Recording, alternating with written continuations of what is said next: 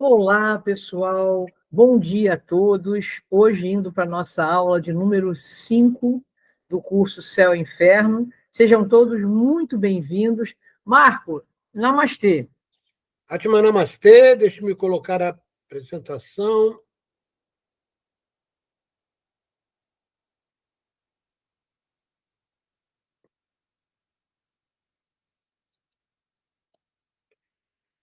Pronto, Marco, estamos vendo. Ok. Atma Namastê, que a paz do Senhor Jesus esteja no coração de cada um de vocês e em vossos lares. Hoje estaremos iniciando o capítulo 3º, que é o céu. E os itens que a gente vai trabalhar são os itens de 1 a 9, ok? Então, a reflexão vai ser dita por mim.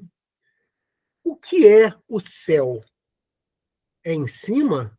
A gente vê, às vezes, as pessoas se referindo, por exemplo, a Deus e olhando para cima. Mas, desde o momento em que sabemos que o planeta Terra é redondo, onde é em cima e onde é embaixo? O céu, no Japão, seria o nosso umbral, e o nosso céu seria o umbral do Japão? Então, o céu não é uma relação física. O céu não é uma relação de colocação de espaço. Na realidade, a gente já viu em capítulos anteriores que o céu é um estado de consciência, tá certo? Porém, vamos ver como Kardec aborda este tão intrigante tema. A palavra céu vem do latim coelum, que deriva do grego koilos, que significa côncavo.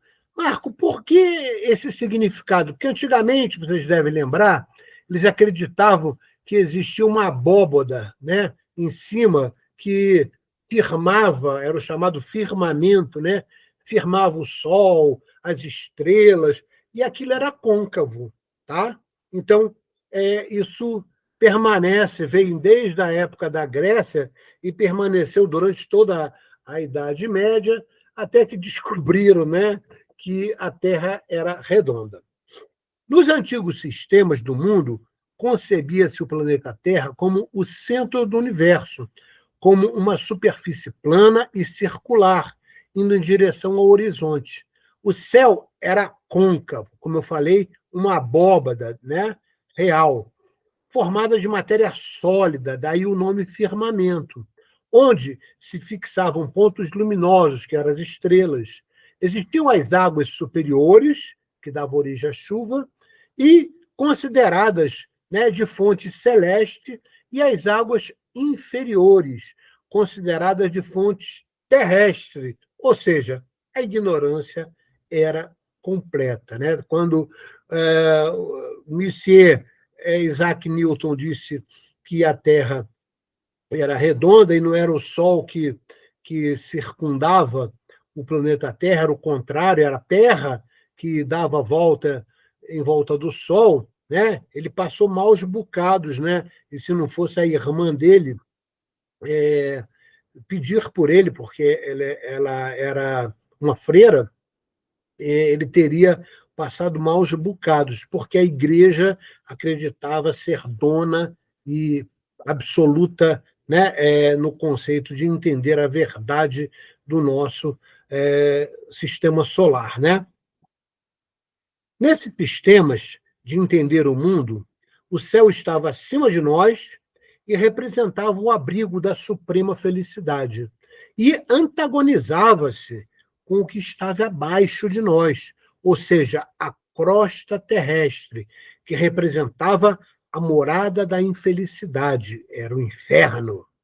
Esse conceito veio sendo alimentado e reforçado em todas as épocas, e quando Dante Alighieri, na Divina Comédia, descreveu na porta do inferno, lia-se: deixai toda a esperança, vós que entrais. Tá? Então a gente vai entender o céu, né, de Dante Alighieri, e posteriormente, na próxima aula, né, estaremos falando também nas próximas aulas, no Inferno de Dante, que é uma referência para que nós possamos entender as dificuldades que Kardec teve para poder trazer a verdade, né, sobre o que é, vamos dizer assim, a natureza.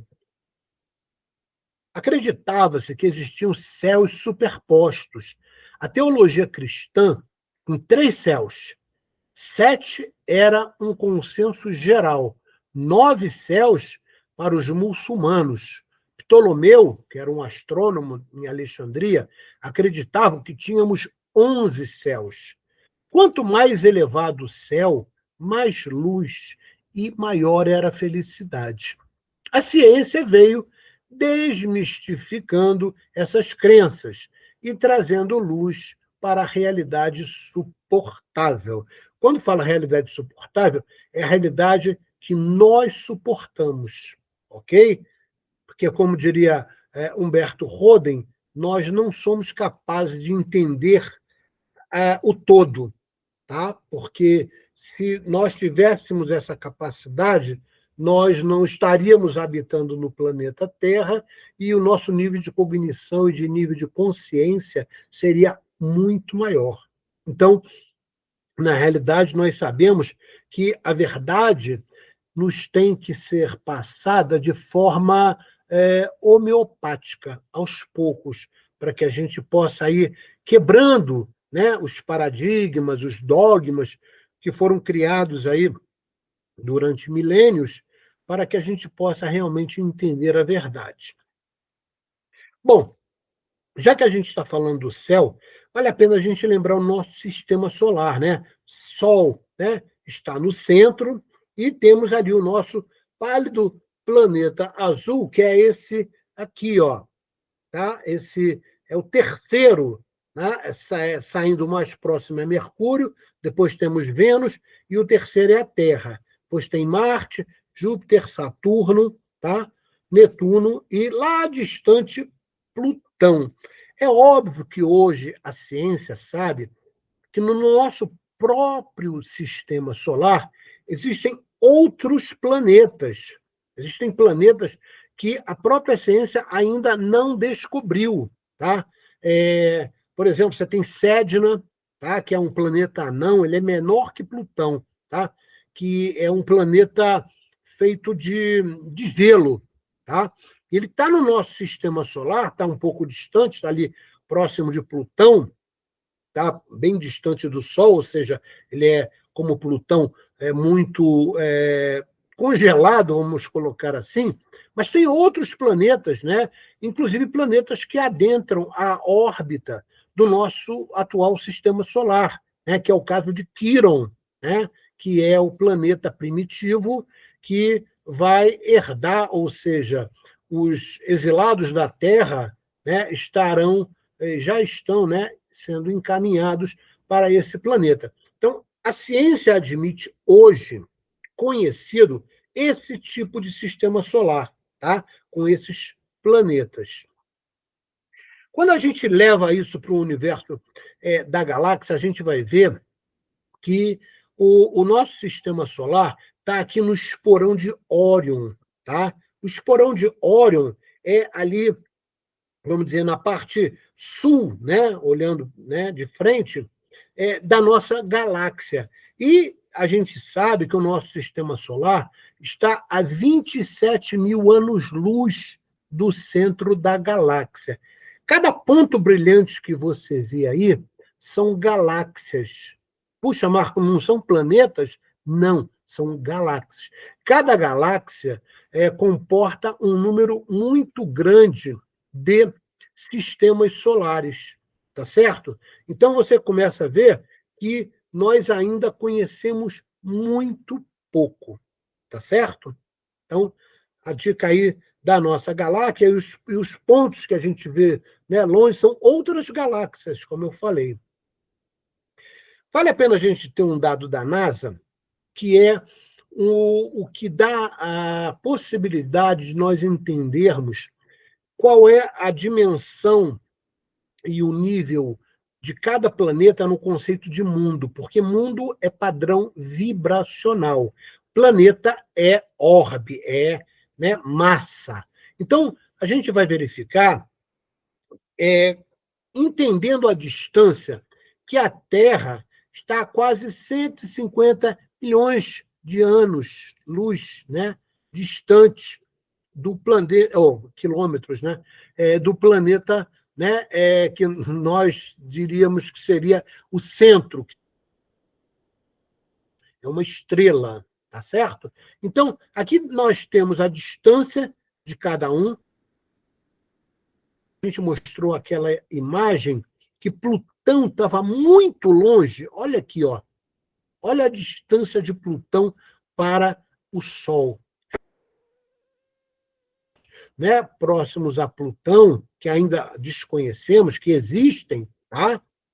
Eles são muito gélidos, muito gelados. Tá? E quanto mais próximo do Sol, mais eles são quentes. Né? O Sol, na realidade, traz esse calor. Ok? Então, né, a distância, né, em quilômetros, a unidade astronômica, né, que estabelece a relação de distância. Aqui tem a ordem dos planetas, né, quando eles se aproximam, vamos dizer assim, do Sol. Né, o primeiro é Mercúrio, como a gente viu, depois Vênus, a Terra é o terceiro. O número de luas que cada um tem. Tá? E aqui é um dado muito importante. Por que, Marco? Porque é a partir da compreensão da densidade média de gramatura por centímetro cúbico de um planeta que a gente identifica o tipo de energia que o planeta comporta. Então, por exemplo, quando eu pego a Terra, tá? Eu vou verificar o quê? Dentro do nosso sistema solar, é a que apresenta a maior densidade. Levando em consideração o ensinamento do Livro dos Espíritos, nós sabemos que o espírito, né, obviamente ajudado pela espiritualidade superior, retira a matéria-prima para formar os seus corpos sutis da energia do seu próprio planeta. Então, repara, vamos pegar de extremos, né? Imagina um espírito que vai encarnar na Terra, que tem uma densidade de 5,52 de gramatura por centímetro cúbico.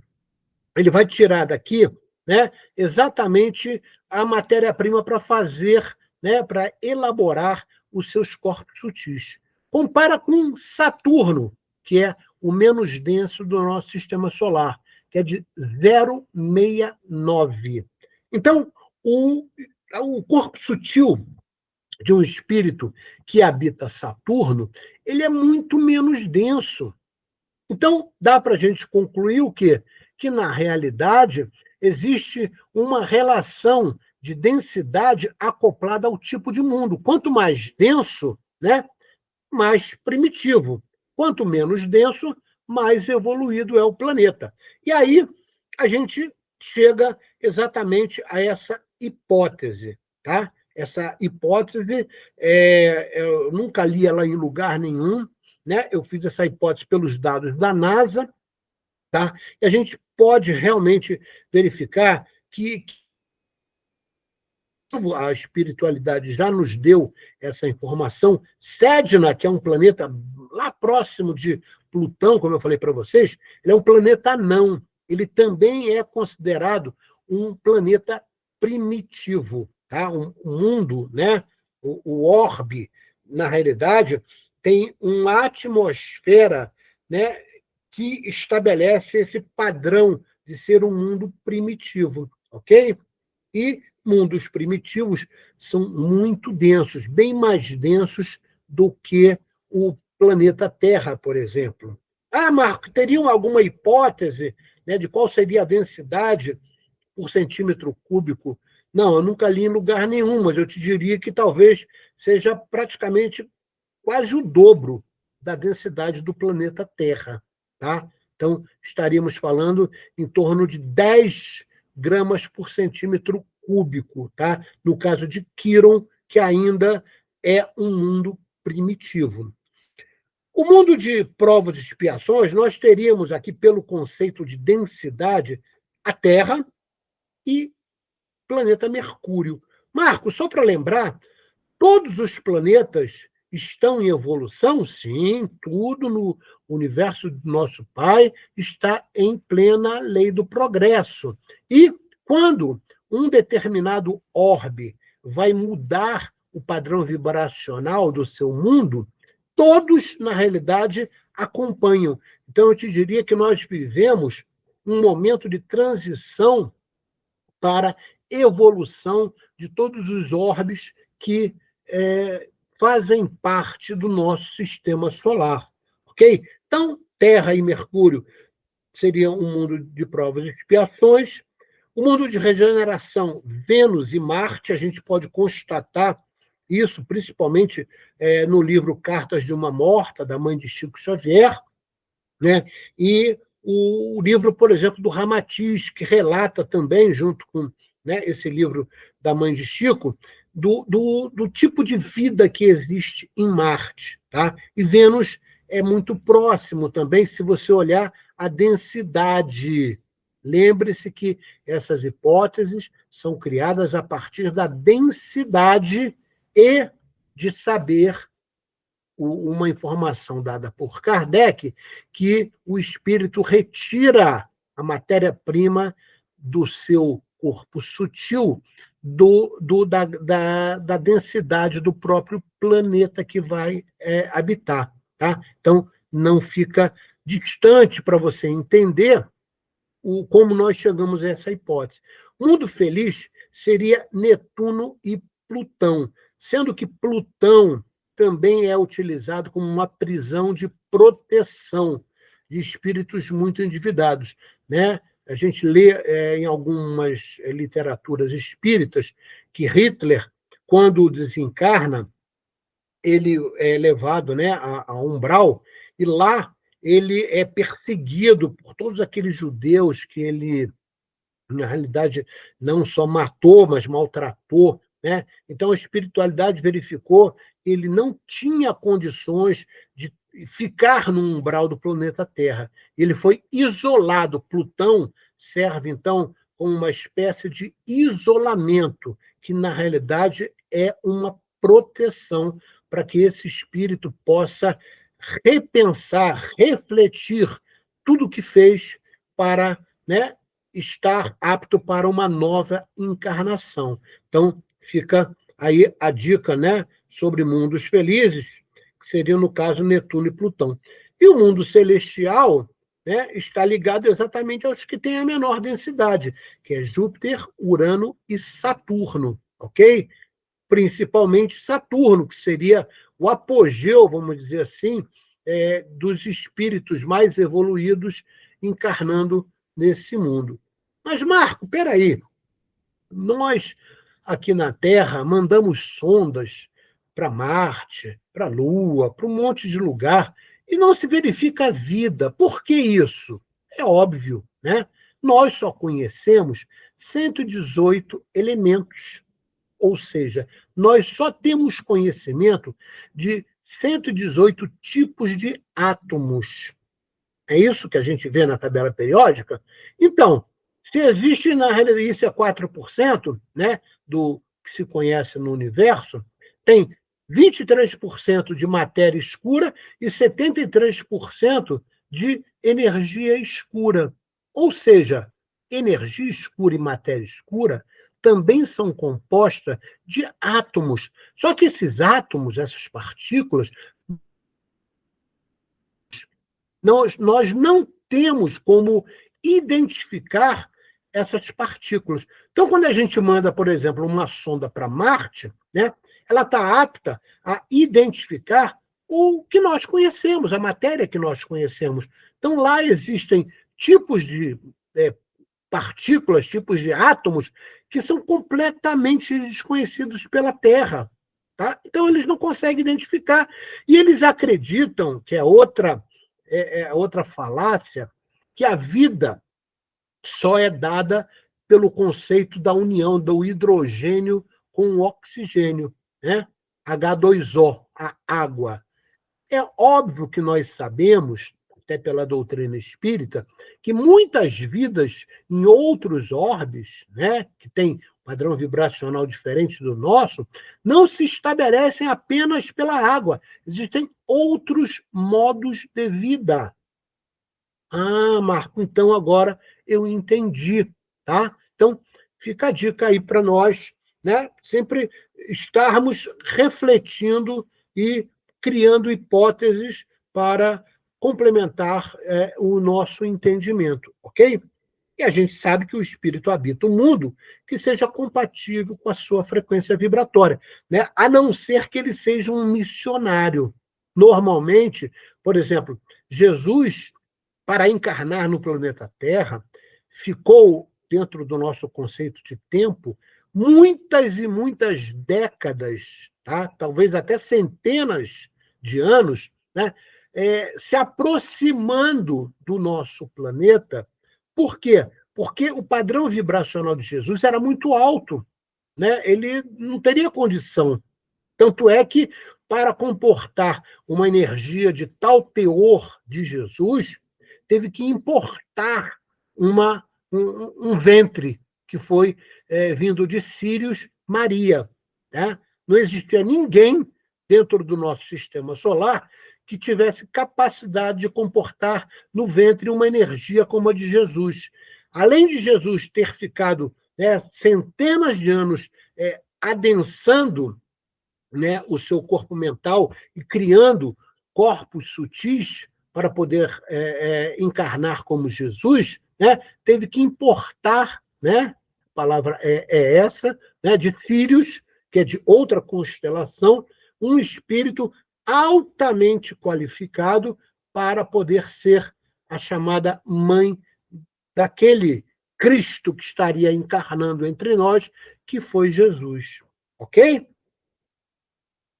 Apesar de não ser citado por Kardec, acredito ser pertinente apresentar uma síntese da visão de céu ou paraíso de Dante Alighieri. É a terceira e última parte da Divina Comédia, né, do clássico, né, a Divina Comédia. Dante admite que sua visão do céu é a que seus olhos humanos permitiam ele ver, né? Sua visão é orientada por Beatriz, que era a esposa dele. No poema O Paraíso, é retratado como um conjunto de esferas concêntricas da Terra, escrita no início do século XIV. A gente vai verificar que esses autores, quando escrevem uma hipótese, né, e muita gente chama de ficção, na realidade, existe a mão da espiritualidade superior aí. Por quê, Marco? Porque eles são levados para esses locais para poder, como eu falei lá no início, dar de forma homeopática o conhecimento da verdade. Porque nós não suportamos ainda a verdade como ela é. Então, tem que ser dado em doses homeopáticas. E nada melhor do que os cientistas, os roteiristas de filme, os escritores, para preparar a nossa mente para esta realidade. E aqui tem exatamente uma descrição de como Dante Alighieri via esse conceito de céu, e eu compilei isso do Wikipédia, tá? Então está aqui o endereço, e vamos ler como ele via isso. Depois de uma ascensão inicial, a partir do topo do Monte Purgatório, foi o canto 1, ele está se referindo, né, exatamente ao livro dele, que, na realidade, é a Divina Comédia, no capítulo que fala sobre o paraíso. Então, ele mostra, dentro da visão dele, poética até, né, como ele podia entender isso. Beatrice guia Dante através das 9 esferas celestes do paraíso. Repara o seguinte, você vai ver, e vai ver na próxima aula, que esse conceito de 9 esferas celestes, poderia ser chamado de dimensões, não é só partilhado por Dante, não. Tá? Como eu falei para vocês, esse tipo de hipótese é, na realidade, uma forma de preparar nossas mentes para uma realidade. Quando e você vai ver isso na próxima aula, nós vamos mostrar para você como um médium japonês, inclusive eu vou mostrar um pedaço do vídeo e vou citar o livro que ele citou.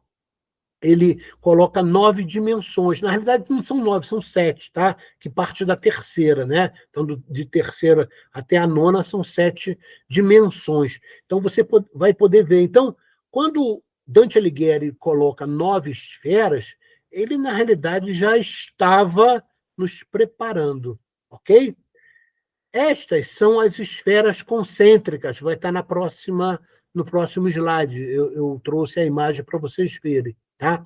Então, são esferas concêntricas, semelhante à cosmologia de Aristóteles e de Ptolomeu. A adição de uma dimensão moral significa que uma alma que chegou a alcançar o paraíso ao nível que lhe é aplicável. Puxa, Marco, uma dimensão moral, né? Isso também é dito, né, pelo médium e pelo espírito que deu o suporte para esse médium japonês, que eu vou trazer para vocês verem também. Existe uma certa coincidência aí, né? Como diria a espiritualidade, não existe coincidência, né? O que existe é um planejamento de preparo para as nossas mentes, como eu já venho afirmando. As almas são atribuídas ao ponto do céu que se encaixa com a sua capacidade humana de amar a Deus. Olha aí, ó. Em outras palavras, de acordo com o padrão vibracional. Né? É o que ele já estava falando lá no século XV. Né? Então, assim, existe uma hierarquia celeste. Puxa, Marco, hierarquia celeste? Sim, claro, existe hierarquia, né? De mundos, existe hierarquia de desenvolvimento espiritual, existe uma hierarquia. Todas as partes do céu são acessíveis para a alma celeste, né? A nível, né, de despertar de consciência. Quanto maior for a sua consciência, maior será o acessar a esses que ele chamou de céus, né? Que seriam dimensões. Isso quer dizer que toda a experiência de Deus, mas existe uma hierarquia no sentido de que algumas almas são espiritualmente mais desenvolvidas do que outras. Olha aí, ó, Dante Alighieri, né, já dando, né, essa ideia muito antes de Kardec. Isso não é determinado pelo tempo ou de aprendizagem como tal, mas pela sua proximidade com Deus. O que é o conceito de proximidade com Deus? É atender às leis divinas, né? Estar em plena reforma íntima, né? E ser rigoroso na prática das leis divinas. O quanto eles se permitem experimentar Deus acima de outras coisas.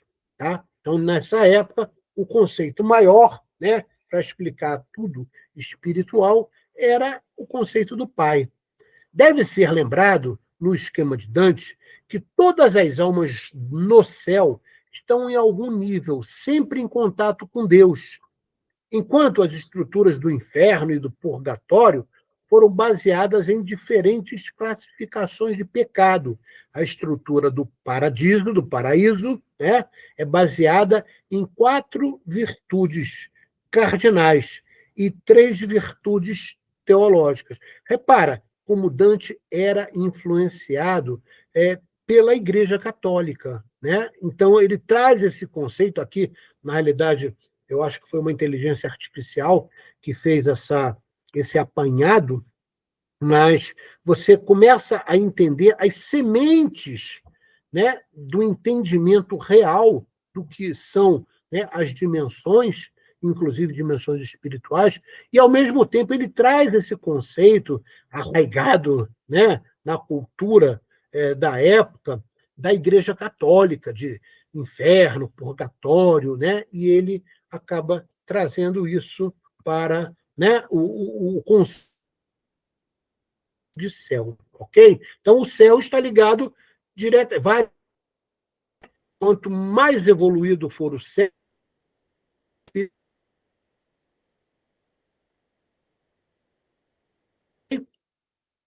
Um quadro sintético, né, do céu de Dante. Olha aqui, ó.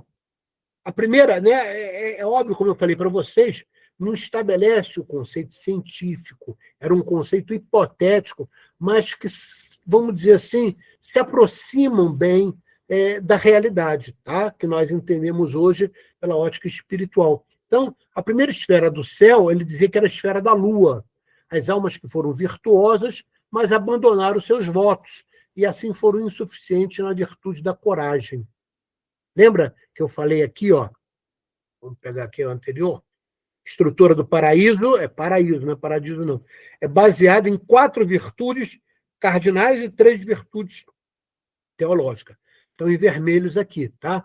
Então, a primeira esfera da Lua, a segunda esfera de Mercúrio, as almas que fizeram um bom senso de seus desejos, de fama, mas que, sendo ambiciosas, foram insuficientes em virtude da justiça. A esfera de Vênus, eu não vou ler todas, né? Vocês recebem esse material, mas para vocês entenderem a cabeça de Dante já preparando as nossas mentes, já naquela época, no século XV.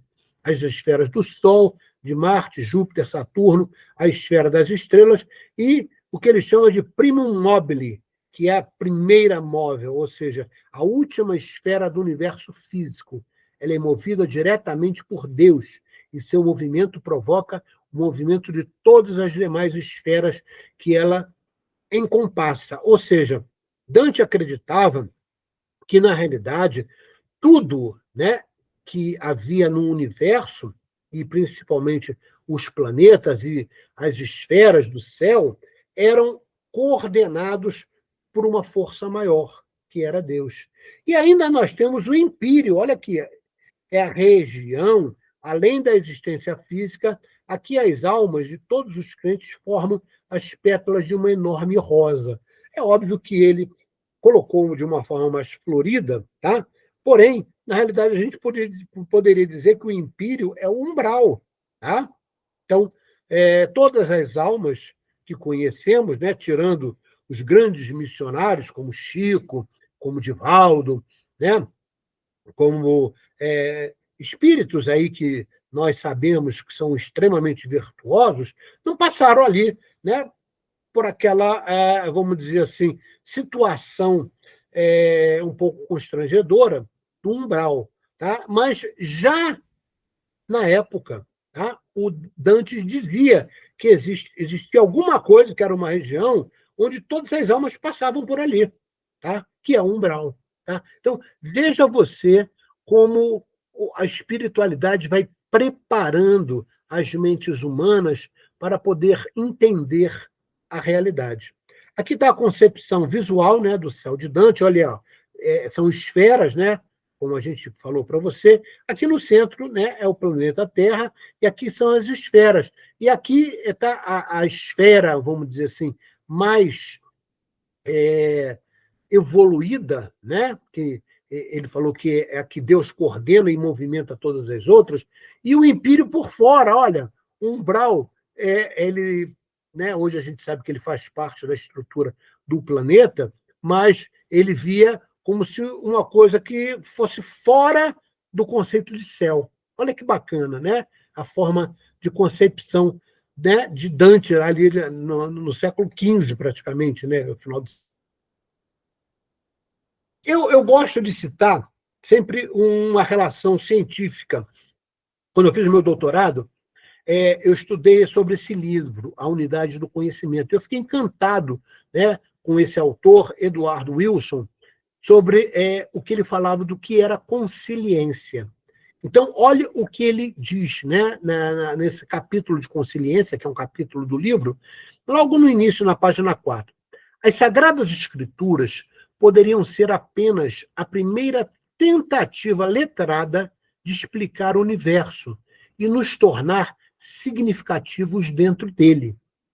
Talvez a ciência seja uma continuação em terreno novo e melhor testado para chegar ao mesmo fim. Se for nesse sentido, a ciência é a religião libertada e ampliada. Isso cabe como uma luva no conceito de esoterismo com S. esoterismo com S, une, ou seja, unifica ciência, filosofia e religião, que é o caso do espiritismo, né? Quando é exoterismo, com X, é só a religião, tá? Então, quando Jesus falava para o povão, ele fazia o exoterismo, ou seja, ele falava para o povão de uma forma, vamos dizer, bastante simples, né? E por metáforas, para que aquelas pessoas pudessem entender e colocar em prática, né? Então, aquilo seria o exoterismo. Porém, junto a seus apóstolos e aos seus seguidores, Jesus já, vamos dizer assim, qualificava melhor a sua fala. Ele falava no conceito do esoterismo com S. Tá? E o Edward Wilson, né, como eu falei para vocês, né, esse brilhante autor desse livro, A Unidade do Conhecimento, ele é um americano, biólogo, com mestrado e doutorado em Harvard, professor e detentor de inúmeras condecorações e premiações em quase todos os continentes, autor renomado, pioneiro da sociobiologia e da biodiversidade, considerado um dos maiores cientistas vivos do mundo. Defende a unidade fundamental de todo o conhecimento e a necessidade de uma busca de consciência. Para ele, consciência é a conciliação consciente das ciências. Olha que, né, definição bacana. A prova de que tudo no mundo está organizado segundo um pequeno número de leis naturais fundamentais que compreendem os principais subjacentes a todos os ramos do saber. Repara, em outras palavras, ele está falando de Deus aqui, tá? Que existe uma unidade no todo, tá? Por mais que a gente fragmente, né, que nós tenhamos a visão cartesiana de querer, na realidade, dividir tudo para poder entender, esse livro, principalmente, é um livro que traz o conceito de unidade do conhecimento, como o nome do próprio livro diz. Tá? E para esse conceito de unidade de conhecimento, ele usa a palavra consciência, que é a conciliação consciente de todas as ciências. Tá? Então, fica a dica aí, eu sempre gosto de trazer para vocês conhecimentos ampliados, né?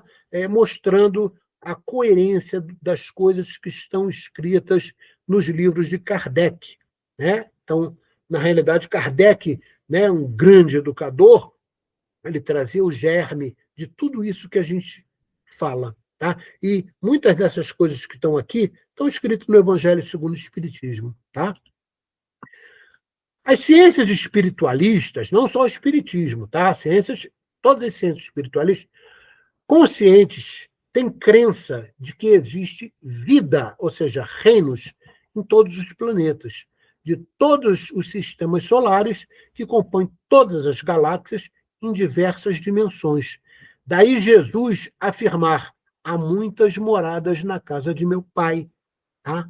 Puxa, Marco, outros credos, por exemplo, a Umbanda, tem também essa crença de que existe vida em outros planetas e outras dimensões? Sim, existe. Tá? Eu não vou entrar em detalhes aqui, mas praticamente isso vem desde a época dos assírios, lá atrás, dos babilônios, tá? Que acreditavam em muitos deuses, mas eles tinham esse conceito que havia assim, uma divisão, uma organização, uma espécie de hierarquia, tá? De uma forma indireta, eles acreditavam nisso. E foram os judeus, né, os hebreus, que trouxeram o conceito de monoteísmo, né, de acreditar em um só Deus, né, maior do que todos aqueles, que reunia todos eles. Tá? Então, esse era o conceito que os hebreus traziam. E nós sabemos hoje, com conhecimento do Espiritismo, que, na realidade, o Espiritismo é monista. O que é um monista? Monista é aquele que crê que o universo está em Deus e Deus está no universo. Ou seja, Deus é onipotente, onisciente e onipresente. Então, esse conceito abarca, né? Ele envolve o monoteísmo. O monismo é maior do que o monoteísmo. Não existe um único Deus. A gente não quantifica Deus. Tá? É só você lembrar da primeira pergunta do Livro dos Espíritos. Que é Deus? A pergunta é: que é Deus? A pergunta não é o que é Deus. Porque se perguntasse o que é Deus, você estaria objetivando Deus. Se você perguntasse quem é Deus, você estaria personificando Deus.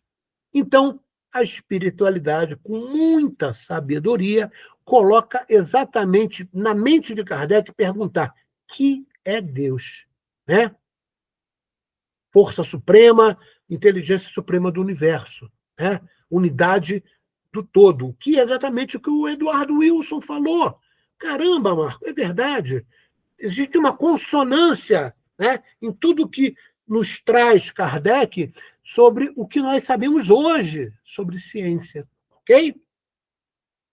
Deus não está em um lugar específico. Ele está em tudo. Esse é o conceito de monismo. E em todos. Por isso, os povos antigos o referenciavam como aquele que é, Yahvé, aquele que é. Né? Os hebreus não falavam o nome de Deus, Yahvé. Eles diziam que eles não tinham, vamos dizer assim, qualidade para falar o nome de Deus. Então, Yahvé é aquele que é, que está em tudo, que faz parte do todo, que tudo que existe está nele. E tudo que está nele é o que, na realidade, nos traz um entendimento sobre os universos e as dimensões. Ok? Em todos os mundos, seus habitantes possuem corpos, instrumentos de depuração e aprendizado. Tá? Só lembrar da nossa aula 2, né, e da nossa aula 3, onde eu apresentei ali a anatomia e a fisiologia do corpo sutil. E conforme aumenta a consciência crística, vale a pena lembrar esse conceito. O conceito de Cristo, Cristó, né, tem a mesma raiz do sânscrito, que vai dar origem à palavra Krishna. Cristo é aquele que é ungido a Deus. Então, Jesus, ele tinha a capacidade de portar, né, esse conceito crístico, porque ele era ungido a Deus, né? Já naquela época que esteve entre nós. Então, essa consciência crística, nós galgamos ter, sim, ainda teremos essa consciência crística, tanto é que as leis divinas estão impressas exatamente no nosso segundo corpo superior, que é o quê? É o conceito que nós chamamos de corpo crístico, né? Que também é chamado de corpo búdico. E o objetivo, aumentando o nível de consciência de todos os encarnados, é haver uma fusão, até chegar na fusão completa, que nós nos unimos ao Para-Atman. Para-Atman, tá? E aí vem a confusão de até muitos instrutores espirituais fazer essa confusão. A nossa centelha divina não é o Atman, tá? A nossa centelha divina é o Para-Atman. Ele é completamente perfeito. Ele não é perfectível. O Atman é perfectível. O Atman exatamente é a unidade que forma o conceito de corpos superiores. Isso é o Atman. Eles, na realidade, o Atman de todos nós, ele é perfectível, está a caminho de evolução. E o Para-Atman, que é a centelha divina, ele é o observador. Tá? E é dessa forma que o Bhagavad Gita, por exemplo, explica exatamente esse conceito, né, de Deus. O Deus está em nós e ele é o observador de tudo o que fazemos.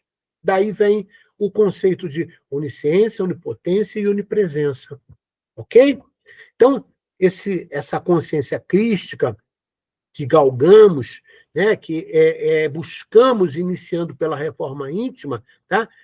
Na realidade, nos traz esse conceito de ir perdendo corpos, ou seja, fundindo os corpos mais grosseiros aos menos grosseiros. Então, é o caso do ego, né, se fundindo, por exemplo, no corpo crístico, e o corpo crístico se fundindo no para-átman. Ok? Isso, as aulas 2 e 3. Tá? E essa fusão não traz nenhum conceito de divisão, ela continua em unidade. Tá? E a individualidade do espírito continua mantida, até porque a individualidade do espírito é dada pela proteção do corpo mental superior. Peraí, deixa eu tocar aqui que está saindo da energia. Pronto. Voltou. Ok?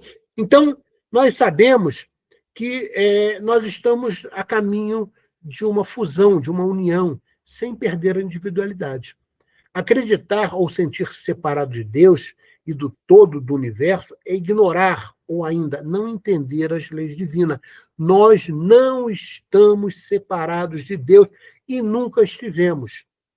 Lembra que eu falei para vocês, quando a Igreja Católica, através de Constantino, ele quis levar os primeiros cristãos para as igrejas, né, para trazer o conceito de monopólio do poder, concentrando ali, né,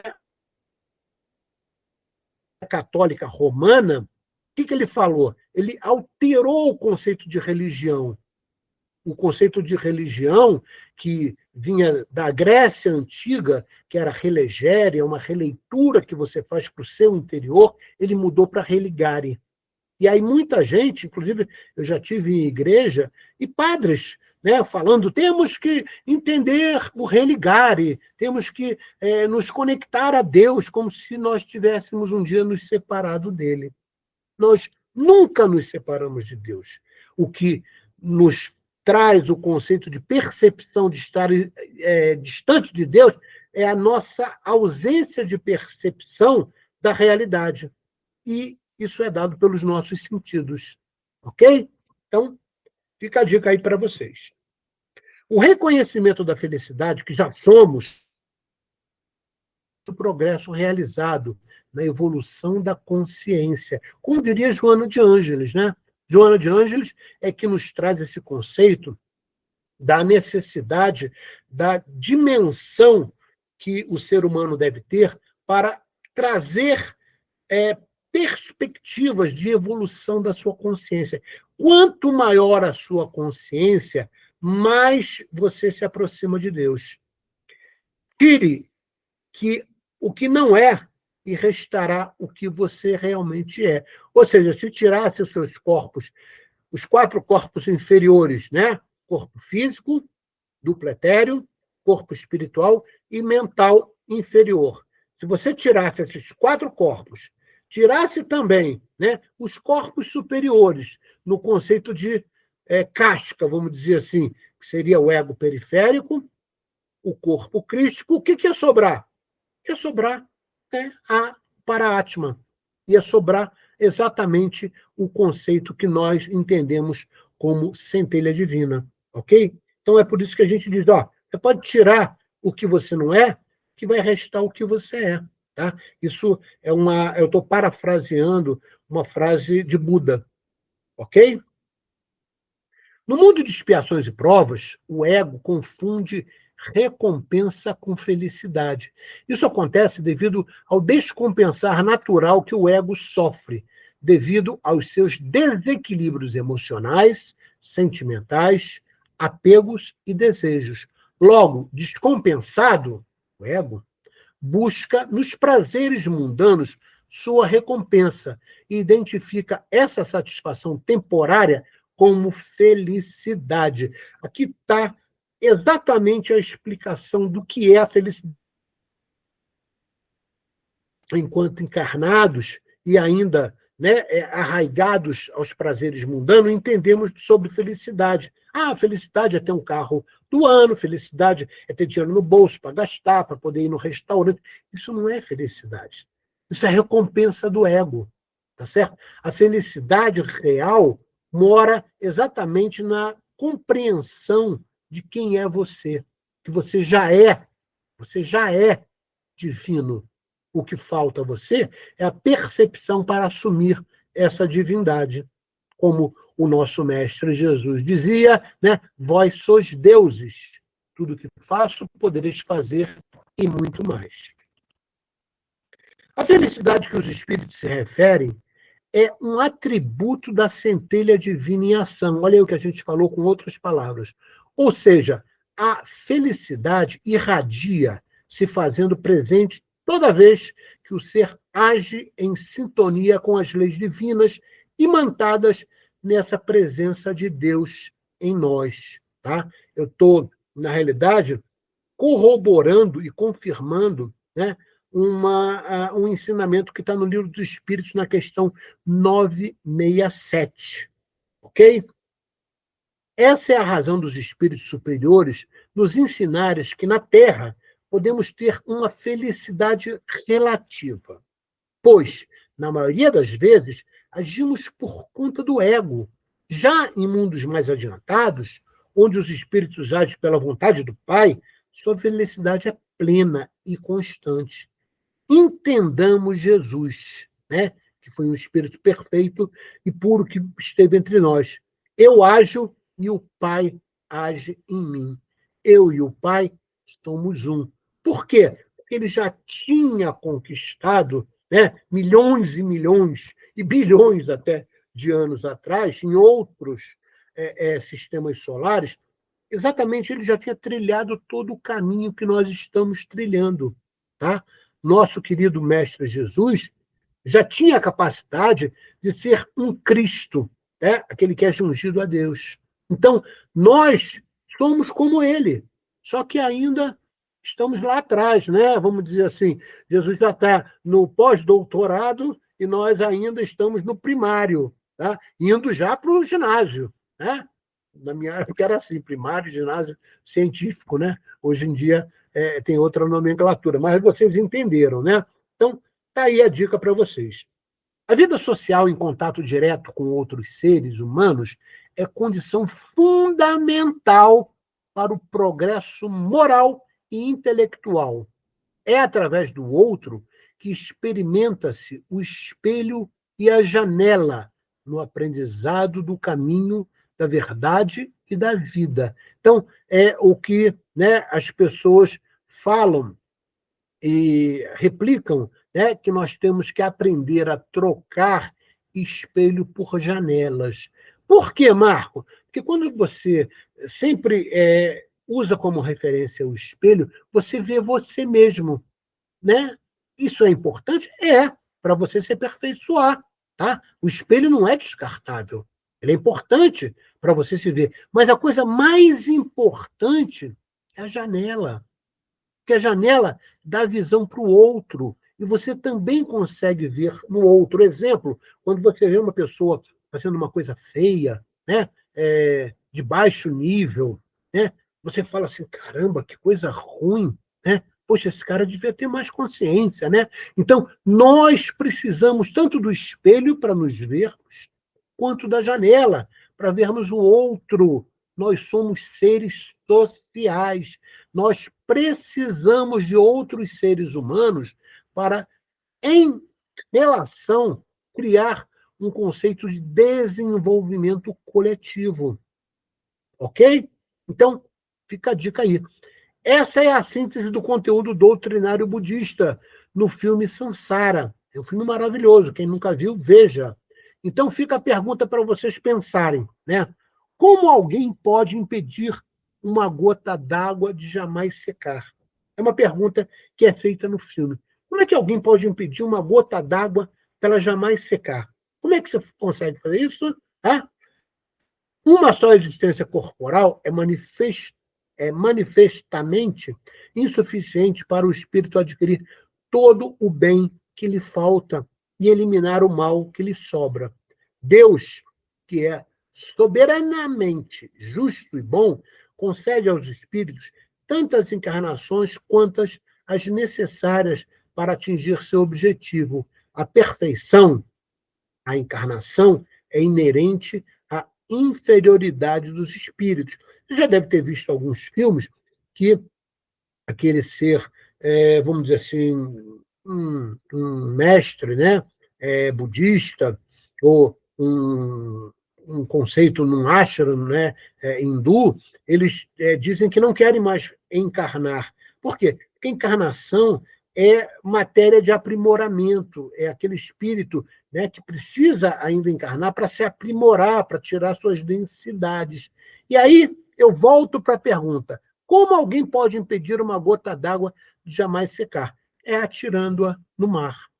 E o que é o mar? É o todo, é o universo, é a representação de Deus. Nós somos essa gota d'água. Então, nós, para que possamos evoluir, precisamos do universo, precisamos das pessoas, porque é desta forma que nós não vamos secar através do egoísmo.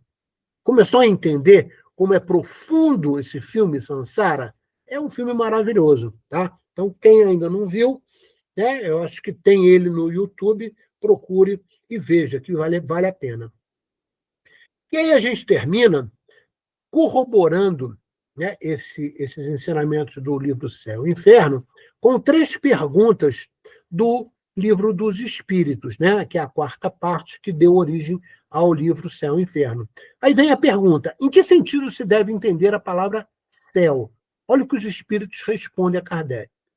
Julgas que seja um lugar como os campos elíseos dos antigos, onde todos os bons espíritos estão promiscuamente aglomerados, sem outra preocupação que a de gozar pela eternidade toda de uma felicidade passiva? Não. É o espaço universal.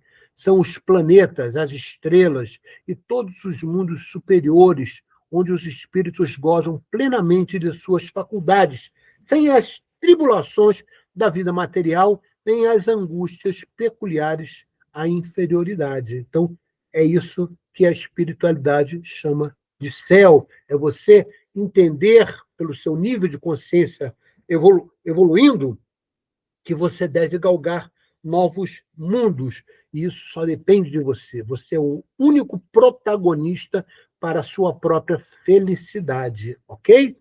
A segunda pergunta: em que consiste a felicidade dos bons espíritos? E aí os espíritos respondem: em conhecerem todas as coisas, em não sentirem ódio, nem ciúme, nem inveja, nem ambição, nem qualquer das paixões que ocasionam a desgraça dos homens. Ou seja, o conceito de paixão, né? O amor que os une lhes é fonte de suprema felicidade. Não experimentam as necessidades, nem os sofrimentos, nem as angústias da vida material. São felizes pelo bem que fazem. Contudo, a felicidade dos espíritos é proporcional à elevação de cada um. Os espíritos gozam, é exato, da felicidade suprema. Tá? Então, Jesus era feliz no conceito de felicidade divina. Tá? E aqui ele sofreu, né? Sofreu não, ele passou por muitas dores que foram exemplos para nós. Ok? E a última pergunta, para finalizar essa aula: que se deve entender quando é dito que os espíritos puros se acham reunidos no seio de Deus e ocupados em lhe entoar louvores? E aí a espiritualidade responde: é uma alegoria indicativa da inteligência que eles têm das perfeições de Deus, porque o veem e compreendem, mas que, como muitas outras, não se deve tomar ao pé da letra. Tudo em a natureza, desde o grão de areia, canta, isto é, proclama o poder, a sabedoria e a bondade de Deus. Não creias, todavia, que os espíritos bem-aventurados estejam em contemplação por toda a eternidade. Seria uma bem-aventurança estúpida e monótona, né? É óbvio que os espíritos superiores, felizes, eles têm atividades, eles têm tarefas, e por muitas vezes eles acabam tendo compaixão pelas dores de espíritos amigos, ok? Então, é isso que, na realidade, o finalzinho do ensinamento nos diz. Bom, A nossa aula termina aqui. Porém, olha aí, ó. Porém, temos para vocês uma coisa bem legal. Eu preparei um material complementar a essa aula, tá? Que, na realidade, não diz respeito à aula, mas está correlacionado à aula, que é a localização das colônias espirituais.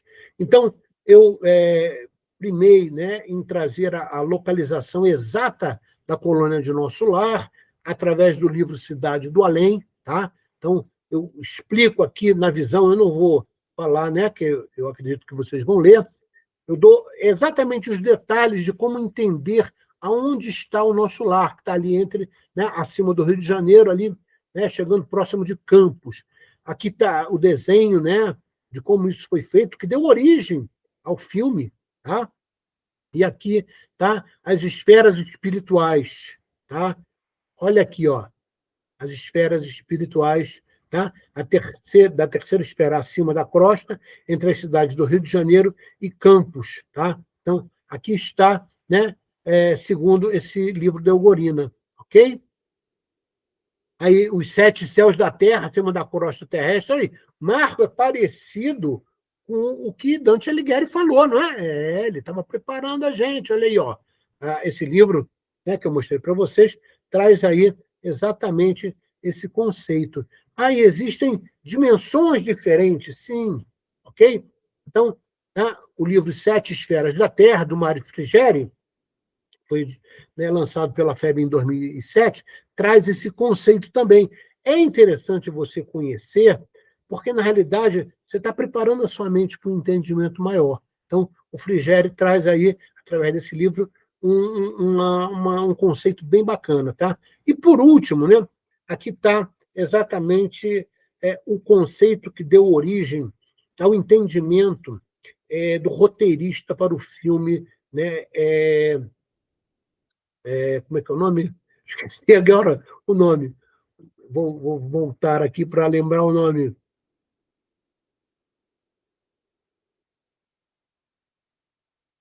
Vamos voltando aqui.